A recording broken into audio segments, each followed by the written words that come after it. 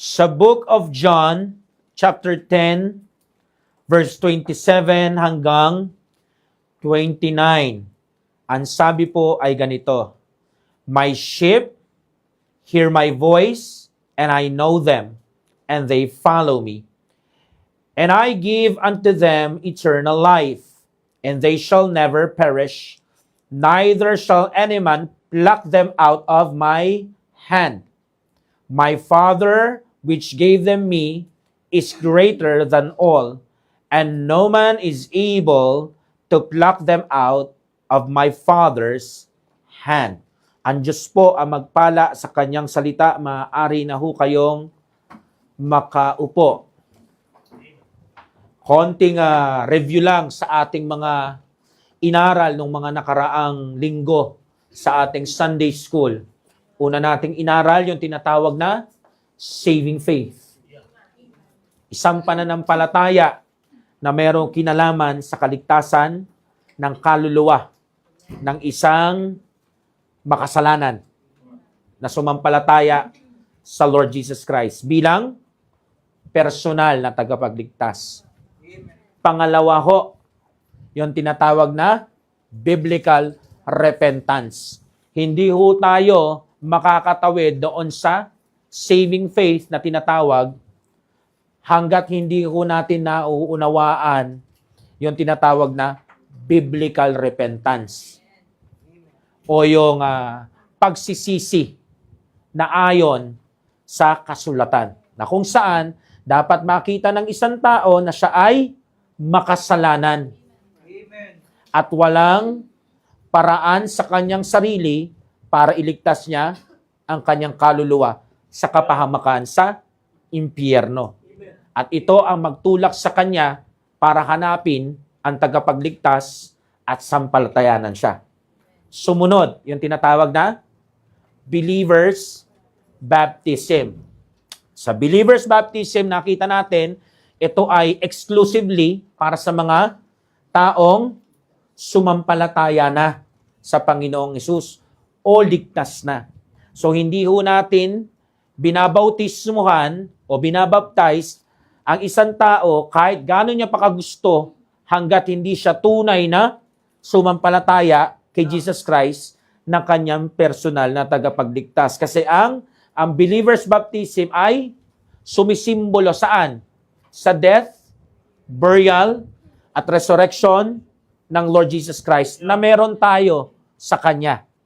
At yun po ay unang hakbang sa pagsunod at public identification natin. At ang mode natin ay walang iba kundi immersion o lubog. Hindi po wisik at hindi po buhos ng tubig sa ulo. Amen? So ngayong umagang ito, pag-usapan naman ho natin yung tinatawag na the eternal security. Eternal security. So dito sa talatang ating binasa, ang nagsasalita ay ang Panginoon. At ang sabi niya, ang aking mga tupa, naririnig nila ang aking boses o pinapakinggan nila ang aking boses o tinig. At hindi lang nila to basta naririnig lang. Ito po ay sinusunod nila. Kaya nga sabi, di ba? They follow me. At ang pinaka-importante dito yung salita niyang, I know them. Kasi no nakaraang Sunday, maraming tayong natutunan. Meron palang mga save-savean, mga ligtas-ligtasan, Kristyanuhan. Pero anong sabi ng Panginoon? Kahit meron pa sila mga preaching, meron pa sila mga nagawang kagilagilalas na mga gawa o ministry nila dito sa lupa, ang sabi ng Lord, I never knew you. Yun yung nakakatakot. Yung nagsiserve ka, nagmi-ministry ka, miyembro ka ng isang local church, Baptist church, hindi ka naman pala saved. Dito po, ano sabi niya? I know them. So ito ay mga ligtas na tao. Sa kanya ito. Sumunod na talata, ano nakalagay? And I gave unto them eternal life. So alam natin na itong mga sheep na to, ito yung mga saved people na kilala ng Panginoon na sumampalataya sa Kanya, na binigyan niya ng Kanyang eternal life. At hindi daw sila mag-perish. Hindi sila mapapahamak. Ibig sabihin, sa impyerno, hindi na sila pupunta o yung kaluluwa nila. Neither shall any man pluck them out of mine hand. Wala daw makakaagaw sa mga taong ito sa kamay niya. Sa kamay niya pa lang yun ha. Meron pang kasunod. Anong sabi sa 29? My Father which gave them me is greater than all. O, di ba? So, ibig sabihin, ang Diyos Ama o ang Diyos, Almighty siya sa lahat. So, wala nang pwedeng umentrada pa, makialam pa, umapila pa, o umagaw pa. Ano sabi dyan? And no man is able to pluck them out of my Father's hand. So, nasa kamay na tayo ng bugtong na anak, tapos nasa kamay pa tayo ng Ama sa langit. Ngayon, sabihin mo sa akin, sino ang kukontra at magsasabing, walang umiiral na eternal security para sa mga sumampalataya na sa bugtong na anak. Amen. Ngayon, kung meron po, ang kinukontra niya po, hindi po yung pastor na nagsasalita ngayon sa likod ng pulpit. Ang kinukontra niya mismo ay si Jesus Christ, na pinapatotohanan na wala ni isa, mula sa kamay niya hanggang sa kamay ng Ama, ang makakaagaw o makakatanggal ng eternal security na yon. The Holy Scriptures does not use the term eternal security. Wala po kayong makikita sa Holy Bible na nakalagay eternal security. Para i-describe po yung tinatawag na posisyon ng isang believer sa Panginoong Yesus. But it does use the terms eternal life. Sa John chapter 3 verse 16, alam natin yan, ano nakalagay?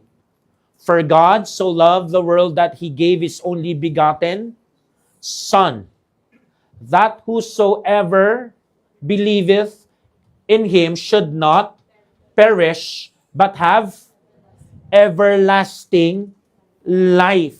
Pag sinabing everlasting life po, ito po yung tinatawag na eternal security. Kasi sabi, should not perish. So, hindi na mapapahamak. Kung hindi na mapapahamak, anong katibayan na hindi mapapahamak? Everlasting life. Yun yung term ng Biblia sa tinatawag na eternal security. Ano pa? 2 Thessalonians chapter 2, verse 16. Dito ko makikita naman natin yung tinatawag na everlasting consolation. Everlasting consolation. Basahin ko, verse 16. Now our Lord Jesus Christ Himself and God, even our Father, which hath loved us and hath given us everlasting consolation and good hope through grace. So, ibig sabihin po ng salita ng Diyos dito, sinasabi sa isang believer na eternally safe na ang sumampalatayang tao na yan sa bugtong na anak. Ibig sabihin, kahit saan pa magdating, meron na pong talagang matatag na pundasyon tayo sa ating pepwestuhan sa langit. Kasi nga, consolation, ibig sabihin, yan yung pinaka-encouragement natin. Na sa tuwing mahirapan tayo dito sa lupa, alam natin, merong nag-aabang sa ating magandang buhay sa kabilang buhay. Okay? So, ang ginamit pong term ng Bible is everlasting life at everlasting consolation. So, first, na dapat nating maunawaan, ang eternal security ay hindi po ipinangako sa lahat ng tao sa lupa. Kasi may mga nagsasabi, lahat naman tayo anak ng Diyos. Biblically speaking, hindi po ganun yun. Siguro yun yung pinaniwala sa atin o pinaniwala sa iyo ng mga magulang mo, kung sino mang nauna sa iyo dito sa mundo. Pero kung bubuksan niyo po ang Biblia, hindi po lahat anak ng Diyos kung ang pinag-uusapan natin papasok sa langit. Hindi po. Okay? So, ang eternal security, everlasting life, everlasting consolation ay ipinangako lang po sa mga tao na talagang na born again. Ibig sabihin yung mga totoong Christian. Hindi po member ng isang Christian group, ha? Kundi Isang tao na nagsisi sa kasalanan at sumampalataya na si Jesus Christ ang tagapagligtas ng kaluluwa niya. Wala nang iba. So yung mga balat kayo po na nandito ngayon, na nagsisimba ngayon dito, at kahit sa iba pang local church, na Baptist church, mga churchgoers, mga Christian-Christianan, still, kahit naka-church clothes ka pa, may dala ka pang Bible, pag namatay ka, impyerno ka. So sayang lang ang pagsisimba kung hindi naman pala talaga ligtas. Amen? Kasi ang eternal security o eternal life ay ipinangako lang exclusively sa mga totoong mananampalataya ni Jesus Christ. Ang Biblia, wala yang pakialam kung anong posisyon mo sa church. Kung ikaw man ang pinakamataas hanggang sa pinakamababang miyembro sa tingin ng mga tao. Basta walang Jesus Christ, hindi ka makakapasok sa langit.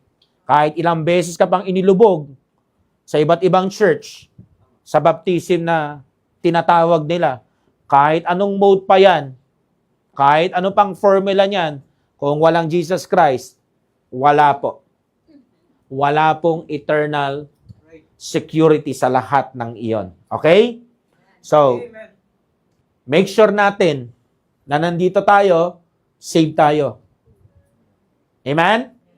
Hindi po dahil sabi ng kung sino, kundi naging malinaw sa iyo yung bagay na ito. So number 1, sa paksa nating the eternal security. Believers are secure because of what Jesus has done for us. Believers are secure because of what Jesus has done for us.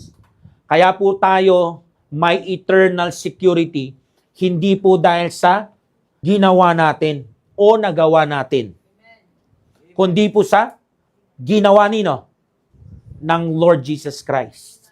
Kaya kung meron ho dito, nagdududa doon sa sinampalatayanan nila at umaatake si Satanas na, di naman totoo yan, di ka ligtas. Tignan mo nga yung ginagawa mo ngayon. Tandaan nyo po, hindi yung ginawa mo nung nakaraan, ngayon, at gagawin mo pa lang, ang dahilan kung bakit ka papasok sa langit. Papasok ka sa langit, at meron kang tinatawag na eternal security o eternal life, dahil sa ginawa ni Kristo sa krus. At siya nang mag-push sa'yo para hindi gumawa ng kasalanan. Ang maramdaman mo, sino ba ako? At maging grateful ka. Hindi yung nakita mo, ganun ba? Gagawa na lang ako ng kasalanan kasi di naman nawawala kaligtasan. Yan ang isip ng isang taong hindi tunay na ligtas. Nakukuha nyo? Kasi kung talaga naintindihan mo yung ginawa ni Jesus Christ para sa krus sa'yo, hindi mo gugustuhin magpakakarnal, mag-backslide at magtampisaw sa kasalanan at patagalin yung buhay mo doon. Diba? Kasi makikita mo, sino ka ba? Sino ba ako? Ano ba tayo? At ginawan tayo ng dakilang bagay ng Lord. Binigyan niya tayo ng buhay na walang hanggan. Diba? So, kung meron po nagdududa dito, unahan ko na kayo. Pag sinasabi ni Satanas, tignan mo yung sarili mo, tignan mo yung mga nagawa mo sa nakaraan, tignan mo yung ginagawa mo ngayon, at tignan mo yung mga gagawin mo pa lang, tapos na yan, bayad na yan.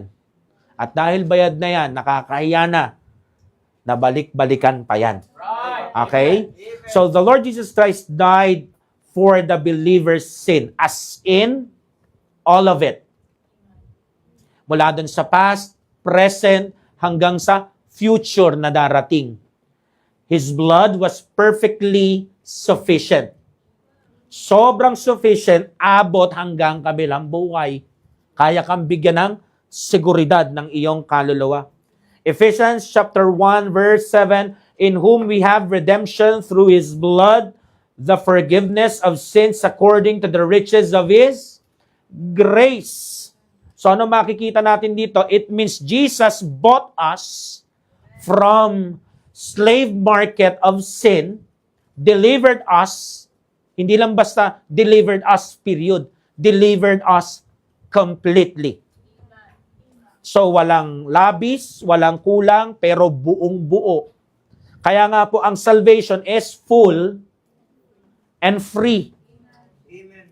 So, kung titignan nyo po sa Romans chapter 4, verse 24 hanggang 25, but for us also, to whom it shall be imputed, if we believe on Him that raised up Jesus our Lord from the dead, who was delivered for our offenses and was raised again for our justification. Mag-focus po tayo dun sa word na justification. Pag sinabing justification, it means ideklara na righteous. Nino? Ng Diyos. Ibig sabihin, kung nasa korte, idiniklara ka nung hukom na ano? Walang sala. Matuwid. Meaning, ang sinasabi sa talatang ito, ang isang believer, Christian, yung totoong na born again talaga, he or she is not righteous sa kanyang sarili. He or she is declared righteous lamang. Okay? Nino, ng great judge, bakit siya dineclared na righteous o matuwid? Dahil po yun sa nabuhos na dugo ng Lord Jesus Christ na kanyang sinampalatayanan. Ang basis po ng deklarasyon ng banal na Diyos o ng Ama sa Langit doon sa fact na ang isang sinner saved by grace ay justified na dahil po doon sa pagbabayad ni Jesus na siyang Christ ng kaluluwa ng isang tao. At yun lang po ang tinatanggap ng Ama sa Langit. So meaning, lahat po na nagpapapako sa krus tuwing mahal na araw, nagpepenitensya, ang kanilang panata ay para mabawasan ng kasalanan, wala pong kasalanang nababawasan. Ang meron po, nananatili. Nananatili silang guilty sa harapan ng Lord. Kasi ang inaasahan nila, yung ginagawa nila. At yung ginagawa nila, hindi nagugustuhan ng Lord, yung mga pinaggagawa nila. Why? Kasi ganito ho. Pwede yung isang tao, tuwing siyete palabra, sinakulo, o yung mga panata nila pag mahal na araw, ay napaka-willing nila gawin yung bagay na yon. But the question is, sa kabila ng kanilang willingness, makikita ba ng Diyos na able sila? Kasi pwedeng willing sila, pero they are not able. Willing magpapako para mabawasan yung kasalanan, pero hindi naman ang sakantauhan yun eh. Kanila lang. Yun ang diferensya kay Jesus Christ. Siya ay napako na matay na libing para sa sangkatauhan. Both are willing, pero magkaiba ang target. Yung isa, sarili, sa kanyang panata, para mabawasan ang kasalanan. Si Jesus Christ, ang goal ay ano? Tubusin ang sangkatauhan, lalo na yung mga makasalanan, na sasampalataya sa kasalanan. Nakuha nyo? Pangalawa, ang isang tao po, mga minamahal, na pinanganak sa mundo na galing sa linya ni Adan o sa similya ni Adan, ay minana niya po yung kasalanan ni Adan. So dito na po papasok na kahit gaano siya kawiling, hindi siya able. Kasi makasalanan siya, marumi siya. Hindi po tayo matutubos ang kapwa natin nagkasala. Ang kailangan tutubos sa atin ay meron tinatawag na sinless perfection. Hindi po galing si Jesus Christ sa similya ni Adan. Siya po ay milagro ng banal na spirito. Nakukuha niyo ko? So hindi niya minana yung kasalanan na ang nagpapakalat ay yung mga kalalakihan. So siya po ay milagrong nabuo sa sinapupunan ni Maria. At the same time, nasunod niya ang 10 utos, etc., etc. So, kahit gaano sila kawiling, yung mga kababayan natin na namamanata tuwing mahal na araw, wala yung meaning sa harapan ng Lord. Wala ring nabawasang kasalanan. Baka nga hypothetical lang, baka nga naaasar pa ang Diyos. Kasi pinapalitan nila yung bugtong na anak. Hindi lang nila basta nire-remake yung bagay na yun . kundi napapaalala din sa Ama sa Langit yung tinatawag na paghihirap ng anak niya sa krus. Ewan ko hindi naman to Biblia. Sabi ko nga, baka. Pero kung usapang katubusan ng kaluluwa, paghuhugas ng kasalanan, wala pong nangyayaring ganun. Right. At kahit anong gawin nila, kahit taon-taon nilang gawin yon, hanggang kamatayan nila yon, walang justification, walang pagdideklara mula sa Ama sa Langit, sa banal na Diyos, na matuwid sila. Hanggat hindi sumasampalataya ang makasalanan na yan kay Jesus Christ, hindi yan idideklara sa langit na matuwid. Kasi ang ating katwiran ay hindi sa ating mga sarili. Ang ating katwiran o righteousness ay robe ng righteousness ng Lord Jesus Christ. Malinaw? So, pag tinignan nyo po sa 1 John chapter 2, verse 2, and He is the propitiation for our sins, and not for ours only, but also for the sins of the whole world. So, anong ibig sabihin nito? Pag sinabi nga, propitiation, siya yung tagabigay ng satisfaction. Siya yung sumasatisfy. Saan? Sa debt. Na kahit kailan, hindi natin mababayaran. Itong pagkakautang na ito, ay binayaran niya po ng full amount. Kahit hindi po siya ang karapat-dapat. Kasi propitiation is the act by which the Lord Jesus Christ sacrificed Himself para bigyan ng pagkahinahon yung nagwawalang galit ng banal na Diyos sa kasalanan. At dahil banal na Diyos siya, kailangan niyang bigyan ng hustisya at panagutin ang nagkasala. Kaya nga sabi sa Bible, ang kaluluwang nagkasala sa impyerno pupunta. Kaya sabi sa Bible, ang kaluluwang nagkasala, mamamatay. At pag sinabing mamamatay, usapang separation, puntang impyerno yan. Dun magbabayad. Pero dahil ang Panginoong Yesus ay bumaba, nagkatawang tao, napako sa krus, siya yung tinatawag na naging propitiation. Tagapagpakalma. Paano niya napakalma? Kasi nasatisfy niya ang Ama sa Langit nung inihain niya yung sarili niya. Kaya nga inuulit ko, kahit sino hong ipako sa sinakulo, totoo man yan, siete palabra, etc., etc., hindi po masasatisfy ang Ama dyan. Okay? So, ang Panginoon ang nagbigay ng tinatawag na pagpapagaan ng kalooban ng Diyos na banal, na galit sa kasalanan. Nakukuha niyo Huwag niyo kakalimutan na bagamat ang Diyos ay pag-ibig, hindi naman ibig sabihin nun, hindi na siya matuwid. Yung coins ka may dalawang side Nakukuha niyo So sana makita niyo rin yung kagandahan nito. Isipin mo kung ang Diyos lang ay hindi po siya matuwid. Magiging konsentidor po siya. Na kahit nagkakasala na yung mga anak niya, hindi na siya just. Hindi na siya banal. Konsentidor na may sala na siya doon. Pero dahil ang Diyos natin, ang kanyang pag-ibig, hindi lang basta pag-ibig banal, kaya hindi yan mangungonsinte kahit mahal ka. Kaya tinan niyo po, yung mga anak ng Diyos na hindi namumuhay ng tama. Kapag anak ng Diyos yan, sabi sa Bible, makakatikim ka talaga ng palo. Pag nilaro-laro mo yung kaligtasan mo, tapos yung kasalanan na yan, tinutuloy-tuloy mo, bibilang ka ng buwan, taon, pero pag nakatikim ka ng palo, mababaw yung naka-wheelchair ka lang. Ang dami kong alam na kwentong ganyan, mga minamahal. So, balik tayo doon sa ating pinag-uusapan. Kasi nga, the sinner, o ang makasalanan, has broken God's law. At nung kanya pong na-break yung law ng banal na Diyos, incapable na siya to redeem himself. Hindi niya na matutubos ang sarili niya. Which means, hindi niya kayang i-justify ang sarili niya sa harapan ng Diyos. Parang kriminal. Hindi niya kayang bigyang katwiran ang sarili niya sa harap ng isang judge. Kailangan niya ng abogado, tagapamagitan. At ang Lord ang naging tagapamagitan. Siya ang dahilan kung bakit na-absuelto tayo sa kaparusahan na walang hanggan sa impyerno. Si Jesus Christ po ang nag-paid ng price ng debt na ito. We owed a debt we could not pay, mga minamahal. And Jesus paid the debt He did not owe. Malinaw ho yun, ha?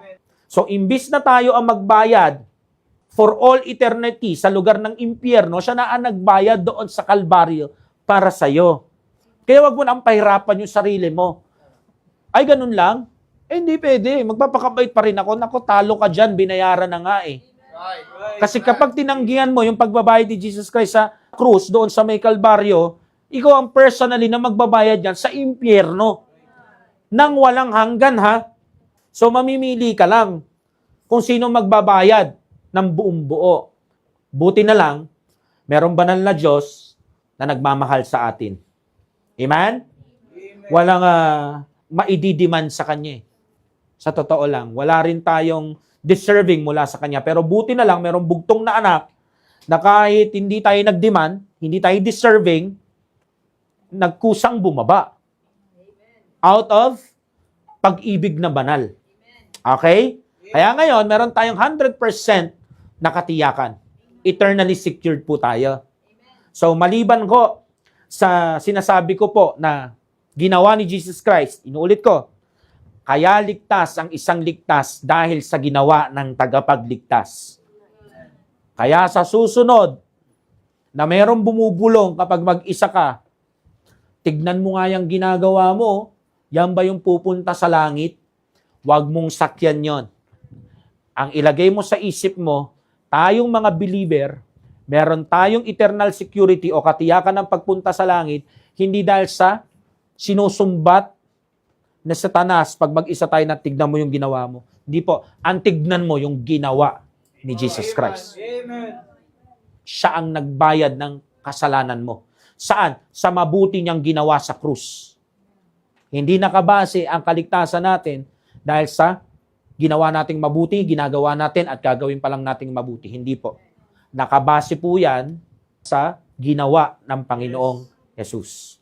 So, may isa pang reason bakit may eternal security tayong mga believers. Number 2, believers have security through God's promises.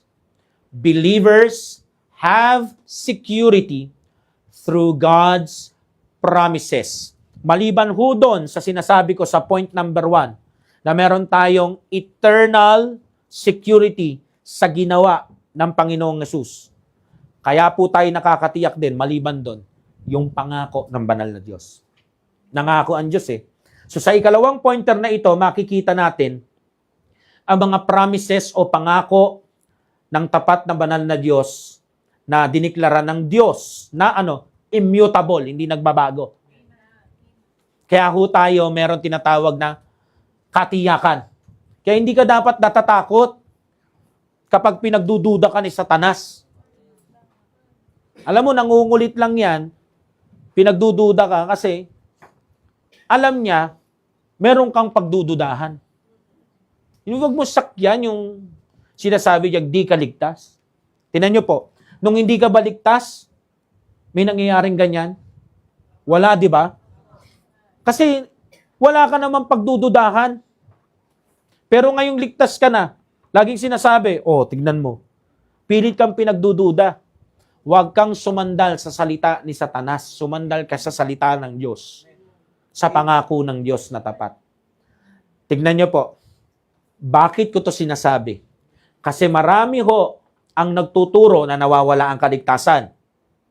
Mayroon hong malaking grupo sa Pilipinas na nagtuturo na pwede mong maiwala ang buhay na walang hanggan.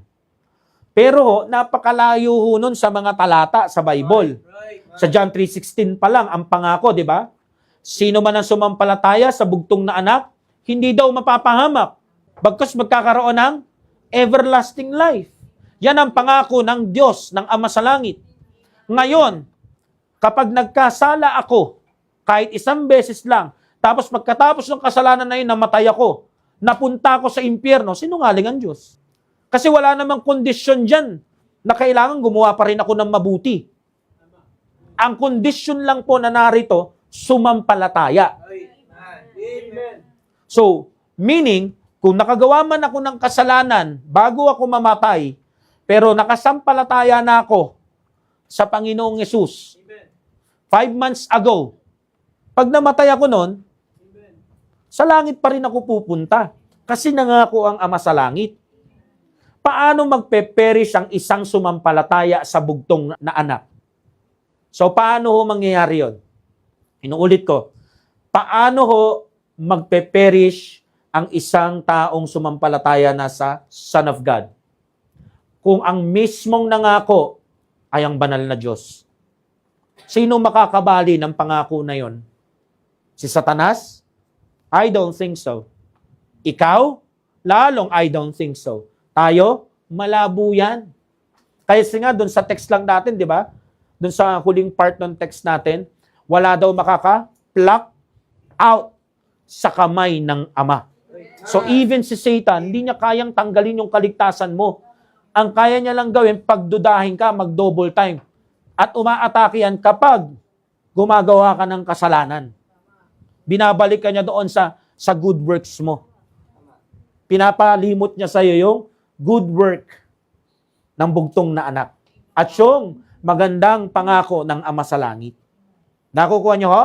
So, gusto ko pong sabihin sa atin, walang nakalagay na sumampalataya ka sa Son of God, tapos sa'yo na itong everlasting life na to. Basta, di ka magkakasala after ha.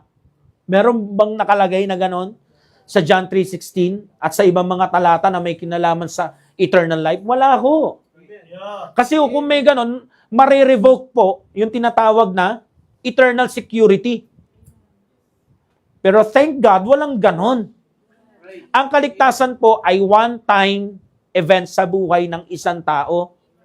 Hindi po yan yung pag nagkasala ka, pwede ka naman ulit to try again. Magsampalataya ulit. Hindi ho yun ganon. Wala hong ganong katuruan sa Bible. Sa grupo ng ibang mga nagsasabing Christian church sila, pero para ho, sa akin na may alam sa Bible at nagtuturo sa inyo, obligasyon ko ho na sabihin yung totoo sa inyo na walang ganon. Maliban na lang kung ang Diyos sinungaling. Dalawa lang ang pagpipilian mo sinungaling. Yung Diyos na nagsasabing hindi nawawala ang kaligtasan o yung religious leader na nagsabing pwede mong maiwala ang kaligtasan. Mamimili ka lang ng sinungaling. Pero sa Bible, sa Titus chapter 1, verse 2, in hope of eternal life, which God that cannot lie, promised before the world began. So, hindi pa nagsisimula ang buong mundo na ipangako na ng Diyos sa sarili niya na magbibigay siya ng eternal life. Bakit ganun? Kasi natanaw niya na si Adan magkakasala. Yeah. Amen. Kaya bago pa mangyari ang lahat, pinangako niya na nabibigyan ko ng walang hanggang buhay o eternal security ang sino mang sasampalataya sa anak ko.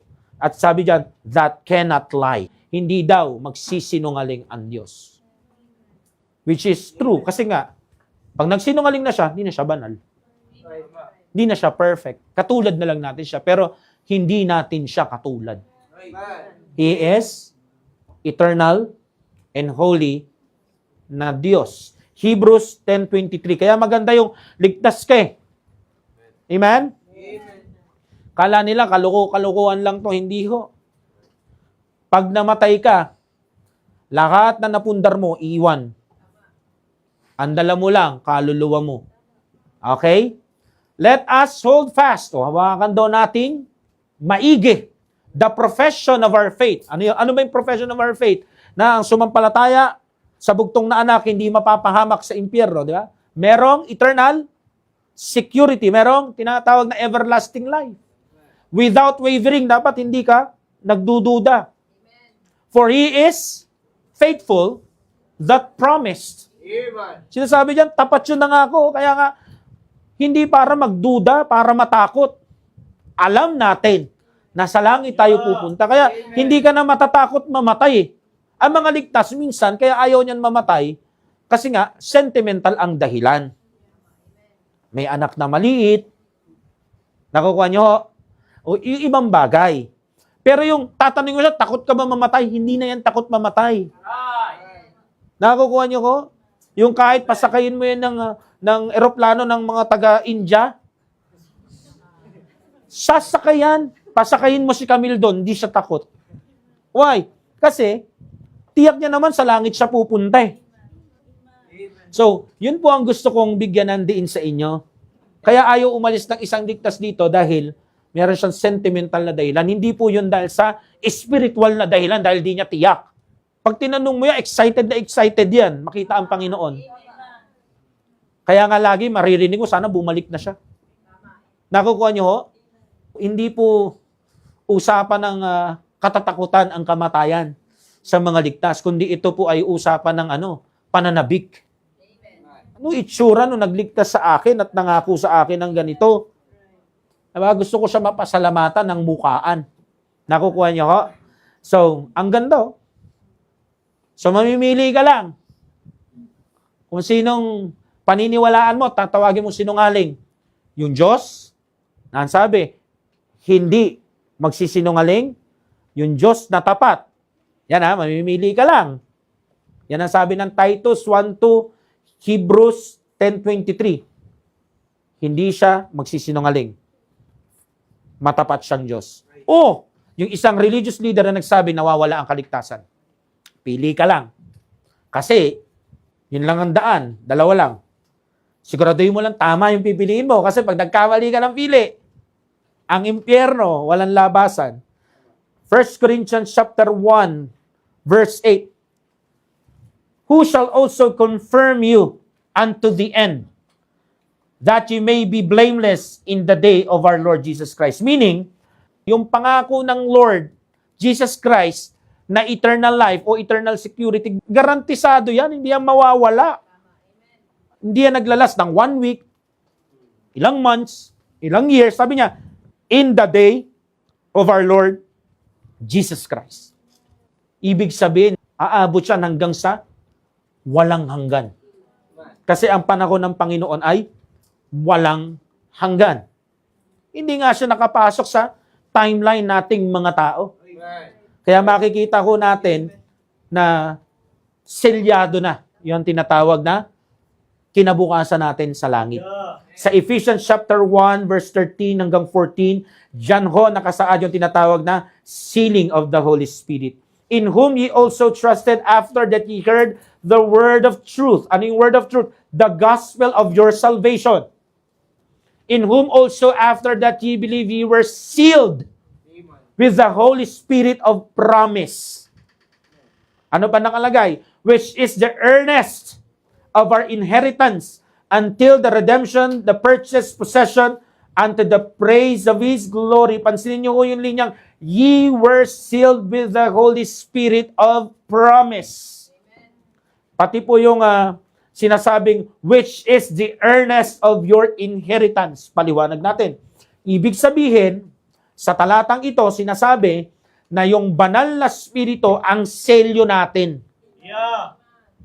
Patunay sa harapan ng Ama sa langit na bawat sumampalatayang taong merong bugtong na anak ay merong identification kaya papapasukin sa langit. Yung sealing po ng banal na spirito, ito po yung God's promise for eternal redemption. Pag sinabi yung sealing ng banal na spirito ng Diyos, makita natin yung katotohanan na ito ay divine mark. Banal na marka. At the same time, garansya. Guarantee. Kumbaga sa nangungupahan, down payment. Down payment saan? Ng kumpletong eternal redemption na meron tayo sa Lord Jesus Christ na marireceive natin in full kapag bumalik na ang Lord Jesus Christ. Yun po ang sinasabi doon sa mga talatang ating binasa kanina. Kaya yung Holy Spirit dito ay down payment. Down payment na nagsasabi na sa pagbabalik niya, makukuha natin yung kabuuan. Glorified body. Doon na po natin may experience yun. So, parang ganito ho yan eh. Ang banal na spirito ay pwede natin ipagpalagay sa analogy na ganito. Plane ticket. If someone gives you a plane ticket patungo sa isang magandang destinasyon na kung saan pwede kang maka-experience ng magandang bakasyon, alam mo na makakarating ka dun. Makakarating ka dun sa lokasyon na yun. Bakit? Dahil nakasaad yun doon sa plane ticket. Tama ho ba? Amen. Tama ho ba yung pagkakaintindi ko? Yung sa huli ko kasing sakay ng eroplano, nakalagay, ganun eh. Yung destinasyon mo, pa Maynila, papuntang Palawan. Tama ho? So, same is true sa ating kaligtasan. Alam nating sa langit tayo pupunta, tayo mga mananampalataya kasi nasa atin ang selyo. Nasa atin ang banal na spirito. Dahil ang nagbayad po nung flight natin na ang destinasyon at lokasyon ay magandang langit, sino? Ang Lord Jesus Christ. Yung Holy Spirit ang mistulang plane ticket natin sa lugar na yon. Kaya hindi ho tayo mapupunta ng impyerno. Hindi ka lalapag doon. Lalapag ka saan? Sa airport ng langit. Nakukuha nyo? Amen. Kaya kung alam mo at tiyak mo na sumampalataya ka sa Lord Jesus Christ, automatically, possession ka na ng Diyos. Kasi nakalagay doon, di ba? Until the redemption of the purchased possession. Purchased, binili. Eh may ed na sa dulo. Past tense. Possession, ibig sabihin, pag-aari. Automatically, ang isang taong ligtas na merong selyo ng banal na spirito ay possession o pag-aari na rin ng banal na Diyos. At saan po dinadala ang isang bagay na pag-aari mo? Di ba, pinapadala yan sa bahay mo? Pag nabili mo na ang isang bagay sa Shopee o Lazada, i-deliver yan. Saan? Sa bahay mo. So tayo po ay purchased possession. At nabayaran na po tayo, i-deliver na lang po tayo saan? Sa langit. Pwede nga pag inabutan tayo ng kamatayan o inabutan tayo ng kanyang pagbabalik. Yeah. Kumbaga, yung Holy Spirit, mga minamakal, sa panahon ng mga hari, yan po yung tinatawag na personal stamp. Yung mga hari, meron yung mga singsing eh. Tama ho? Tapos isiselyo nila yun dun eh. Yung signet na tinatawag. So, tayo po, may ganun na tayo dahil kay Jesus Christ. Nasa atin na po yung personal stamp ng hari ng mga hari at Panginoon ng mga Panginoon. Kaya nga, papunta tayo dun sa tinatawag na Kingdom of Heaven ng ating Diyos. So, alam nyo ba, mga minamahal, na kahit nasa lupa tayo, sa harapan ng Ama sa langit, nasa langit na tayo. May ganun pala, Pastor. May verse na ganun. As in, kahit buhay ako dito sa lupa. Yes. Ephesians chapter 2, verse 5 and 6. Tignan nyo po. Ganda ng talatang to. Paano nangyari yun? Ganito po. Tignan nyo po. Even when we were dead in sins, hath quickened us together with Christ. By grace ye are saved. Anong sabi dyan? Patay dati sa mga kasalanan, ibig sabihin diligtas. Hath quickened us, ibig sabihin, nabuhay. Nabuhay, kanino? Kay Kristo. Nagkaroon ng buhay na walang hanggan. Naligtas sa grasya ng Diyos. Ibig sabihin, hindi sa mga gawa natin, kundi sa gawa ni Jesus Christ. 6. And hath raised up together and made us sit together in heavenly places in Christ Jesus. Pansinin nyo yan. Sino daw ang nakaupo? Representative natin sa langit. Sa pwesto natin sa langit. Si Jesus Christ. So habang nandito pa tayo, reserve. Ang ganda, di ba? Ang ganda nun. Kaya kung save ka, bakit ka tatamarin magsimba? Right.